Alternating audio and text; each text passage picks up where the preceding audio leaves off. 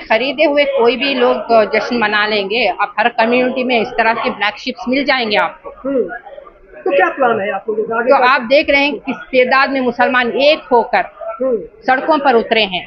नहीं, सड़क पे नहीं, पीसी हो रही है पीसफुली कर रहे हैं, सड़क पर उतरे हैं, पीसफुली उतरे हैं, और भी होंगे, और भी ज्यादा प्रोटेस्ट होंगे, थ्रू आउट इंडिया होंगे। तो आप लोग कोर्ट की जो सुनवाई है उसका इंतजार करेंगे या पहले सड़क पर ही उतर जाएंगे? उन्होंने नाम भी बदल दिया।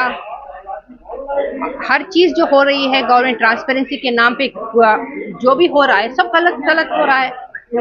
तो हम जो ये कहते हैं कि उन्होंने जो कहा कि जो प्रपोर्शन ऑफ मुस्लिम रिप्रेजेंटेशन जो होना चाहिए वक्फ बोर्ड में, वक्फ काउंसिल में, उसको खत्म कर दिया गया। कह रहे हैं कि 2 नॉन मुस्लिम्स है, लेकिन देखा जाए तो अबाउट 12 नॉन मुस्लिम्स आ सकते हैं वक्फ काउंसिल में, अबाउट 7 नॉन मुस्लिम्स आ सकते हैं वक्फ बोर्ड में। इसका मतलब है कि माइनॉरिटी का जो माइनॉरिटी इंस्टीट्यूशंस का जो माइनॉरिटी कैरेक्टर होता है उसको खत्म कर रहे हैं। गरीब मुसलमान आगे बढ़ने की जिम्मेदारी सिर्फ मुस्लिम कम्युनिटी की नहीं थी, सिर्फ वक्फ बोर्ड की नहीं थी, ये तो गवर्नमेंट की थी। अगर वो मुस्लिम अपने वक्फ बोर्ड से अगर गरीबों की मदद करता है तो it is out of the way, लेकिन जिम्मेदारी किसकी है? गरीबी हटाने की जिम्मेदारी पूरे सिटीजन्स की, तो गवर्नमेंट की होती है। संशोधन लाने के बाद ही मुस्लिम औरतों को दरवाजा खोला जाएगा, और वक्फ बोर्ड और वक्फ काउंसिल पहले से भी खवातीन आती थी, और पसमानदा कम्युनिटी के लिए कोई रोक टोक नहीं थी। ये नहीं था कि Pasmanda community can not get into the Waqf board और get into the Waqf council. बाकायदा इलेक्शन होते थे, and whoever wins the election free and fairly they used to get into the Waqf board and Waqf council. ये कहना कि उनके लिए बनाया जा रहा है, ये आगा खान के लिए बनाया जा रहा है, बोरा कम्युनिटी के लिए अलग से Waqf council, all these kind of जो ये हो रहा है, ये मुस्लिम कम्युनिटी में इंतशार पैदा करने के लिए, उनको डिवाइड करने के लिए ये साजिशें हैं, और हम इसकी पूरी तरह से खंडित करते हैं।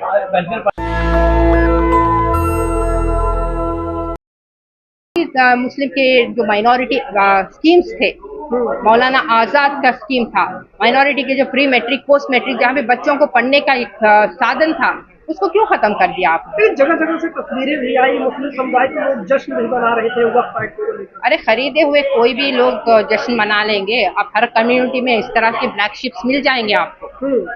तो क्या प्लान है आप लोगों का आगे तो का? आप देख रहे हैं किस तादाद में मुसलमान एक होकर सड़कों पर उतरे हैं।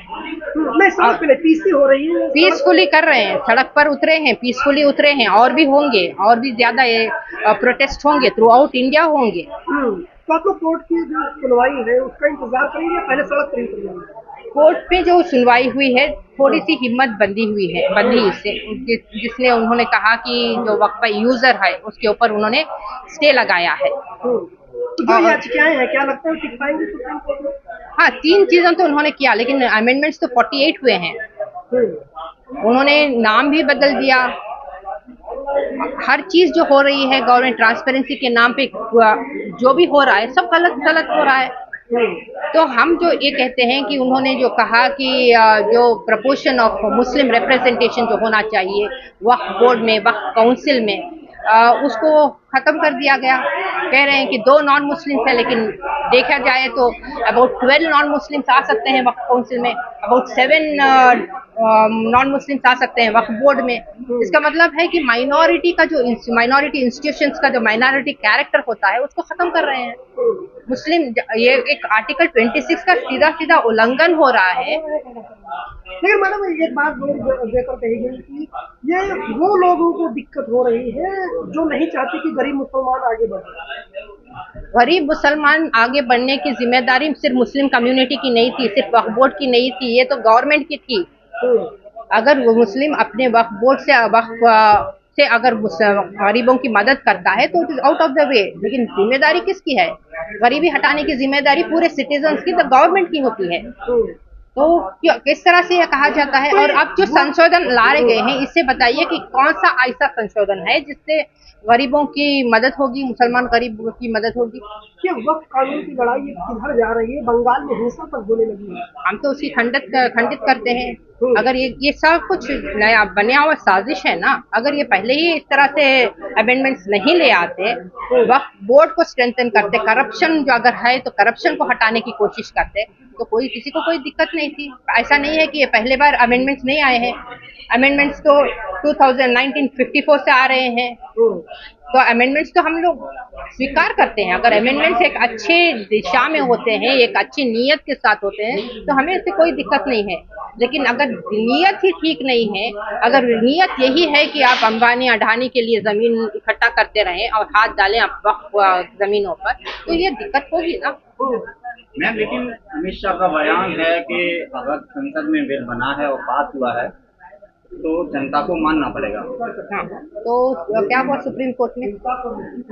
ऑनरेबल चीफ जस्टिस ने क्या कहा कि किस तरह से अगर ऐसा ही है कि ये संसद में पारित हुआ कानून है, तो लोगों के ऊपर ये है, तो फिर सुप्रीम कोर्ट का जो लोग गए थे सुप्रीम कोर्ट में, तो चीफ जस्टिस ने इसके बहस क्यों कहा कि आपको स्टे कर देना है नेक्स्ट हियरिंग तक।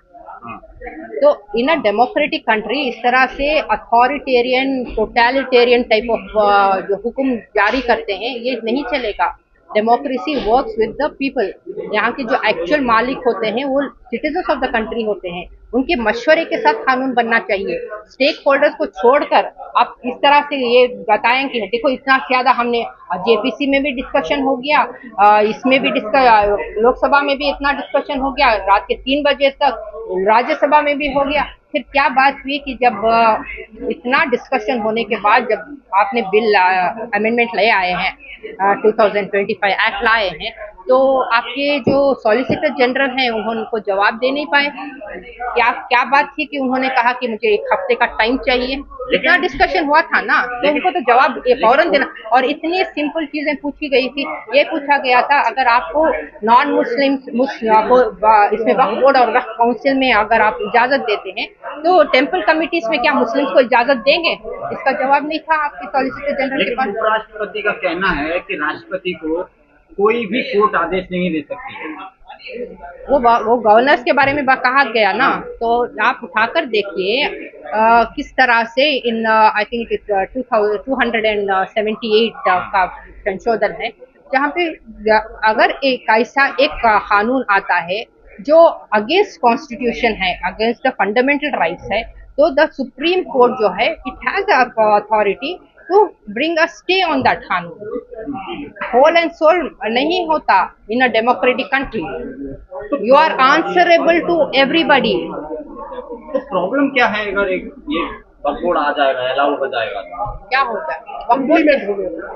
ये अगर वक्फ की जो प्रॉपर्टीज है वो इंक्रोच हो जाएंगे।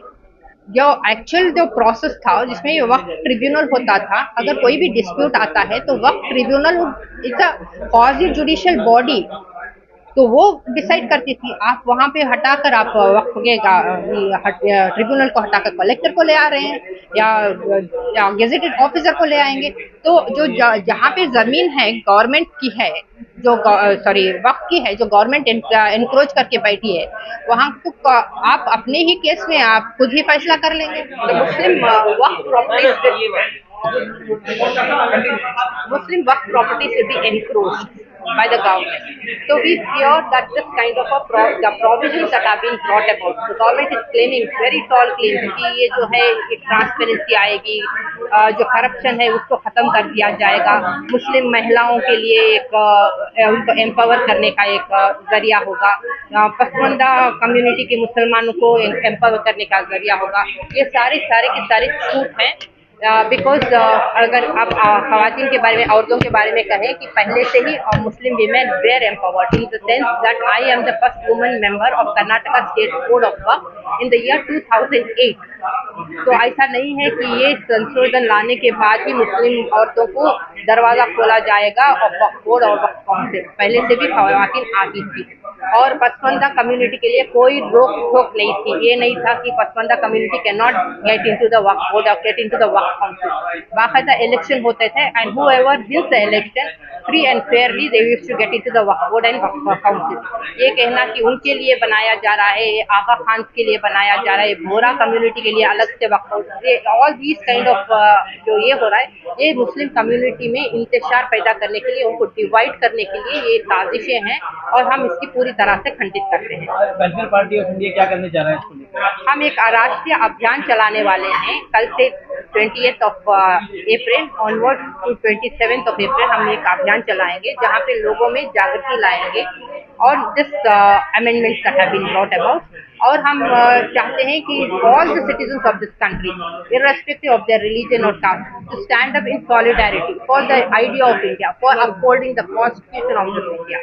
मिलकर हम एक आवाज बनाएं और गवर्नमेंट पर दबाव डालें कि ऐसे जो संशोधन ले आते हैं लोगों को डिवाइड करने के लिए, लोगों को पोलराइज करने के लिए और जमीन को हथियाने के लिए, ये सब बंद करें और एक्चुअल डेवलपमेंट की ओर काम करें। लोगों को डिवाइड करके उनको नफरत फैलाकर आप जो है एक कम्युनिटी को सप्रेस करके रखेंगे तो देश की उन्नति नहीं होगी। उन्नति तभी होगी जब सारे के सारे को इक्वल अपॉर्चुनिटी देंगे, तब इक्वालिटी, फ्रेटर्निटी, लिबर्टी और justice which is been enshrined in the constitution उसको अपहोल्ड करेंगे, तभी देश की उन्नति होगी और हमारा देश एक सुपर पावर बनेगा। नेशनल दस्तक की आपसे गुजारिश है कि अगर इसको बचाना चाहते हैं तो नेशनल दस्तक को सब्सक्राइब करने के लिए रेड कलर के सब्सक्राइब बटन को दबाएं, फिर बेल आइकन की घंटी दबाएं।